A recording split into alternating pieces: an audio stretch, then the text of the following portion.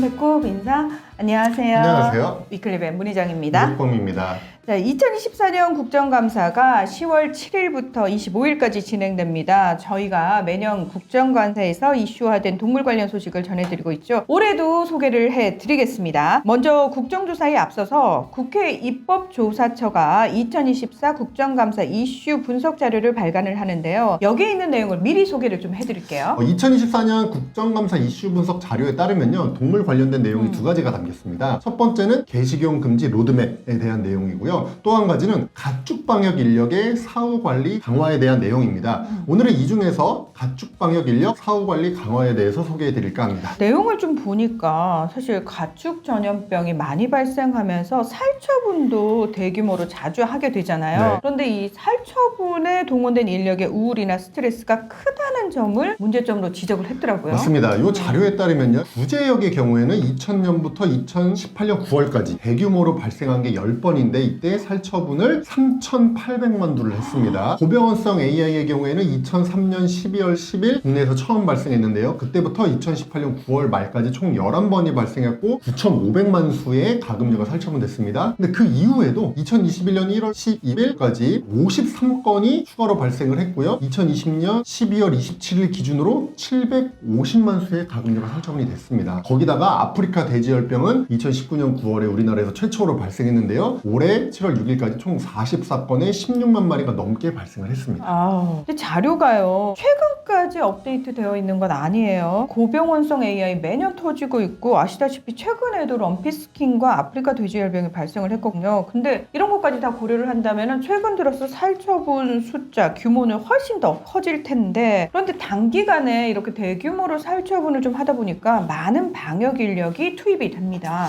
네, 이 자료에 따르면요, 2014년부터 2018년 4월까지 5년간 구제역과 고병원성 AI 살처분에 투입된 사람이 9만 23명이었습니다. 그리고 2010년 11월에 이제 경북 안동에서 발생해가지고 그때 이제 전국적으로 확산한 역대 최악의 구제역 사태 시에는 145일간 공무원이 48만 8천 명, 군인이 33만 8천 명, 경찰이 14만 6천 명, 소방 공무원이 30만 6천 명, 그리고 민간인이 무려 49만 2천 명이 살처분에 동원이 됐습니다. 그리고 이 과정에서 무려 9명이 사망하고 180명이 부상을 입은 적이 있습니다. 저도 이때 공중방역수의사로 군 대체복무 중이었는데 살처분에 굉장히 많이 투입이 됐었습니다.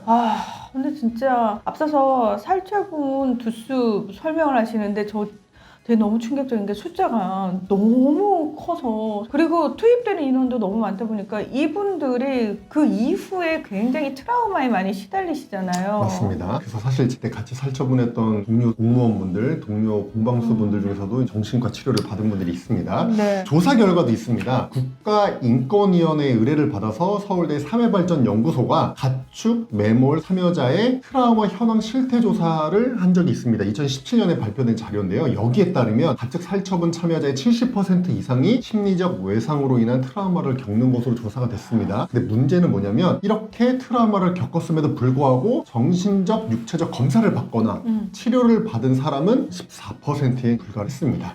이거는 그동안 사실 사각지대에 있어서 신경을 못 썼던 부분인데 그걸 이번에 입법조사처에서 지원대책 필요하다 이러고 이제 지적을 한 거예요. 맞습니다. 당사자가 신청을 하면은 상담 및 치료와 관련해서 안내하도록 하고 있지만 그걸로는 사실은 좀 부족하다, 이런 입장인 거죠. 맞습니다. 현행 가축 전염병 예방법도 당사자가 신청을 하면은 상담 및 치료에 대해서 안내를 하게 되어 있고요. 또 치료 비용도 국가가 지원하도록 규정은 하고 있습니다. 규정은 되어 네, 있다. 근데 이걸로는 이제 부족하다는 게 입법조사처의 지적입니다. 그래서 가축 살처분 참여자를 대상으로 심리적, 정신적 치료 지원 제도에 대해서 국가 및 지자체가 의무적으로 안내를 하고 또 심리적 충격을 완화하고 대처 능력을 향상시키기 위해서 예방 교육 매뉴얼을 만들어서 살처분 작업에 투입되기 전에 미리 교육을 의무화해야 한다는 게 입법조사처의 의견입니다. 또한 최근에 지자체에서 위촉한 공수위가 있잖아요. 네. 수의사분들 중에서 지자체에 위촉돼서 여러 가지 가축방역 업무를 하는 분들인데 이분들이 안전사고를 굉장히 많이 당하고 있습니다. 심지어 농장주에게 폭행을 당하는 이런 일까지 있는데요. 이에 대한 항해보험 제도 등 보상체계 마련과 관련 지원 예산도 확보해야 한다라는 게 입법조사처의 지적이었습니다. 제가 직장 생활을 해보면요, 뭐가 규정이 돼 있어도 사실 직장인의 입장에서 그거 하나하나 다 찾아먹는 게 보통 일이 아니거든요. 그럼요.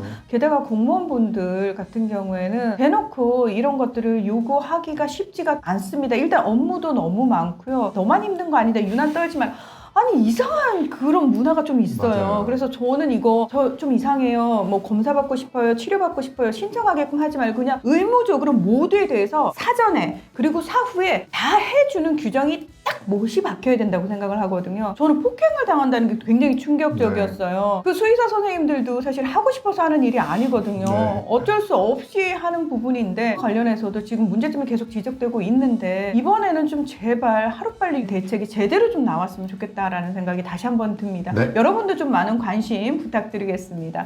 오늘 위클리 벳은 여기서 마무리하겠습니다. 함께해 주셔서 고맙습니다. 감사합니다.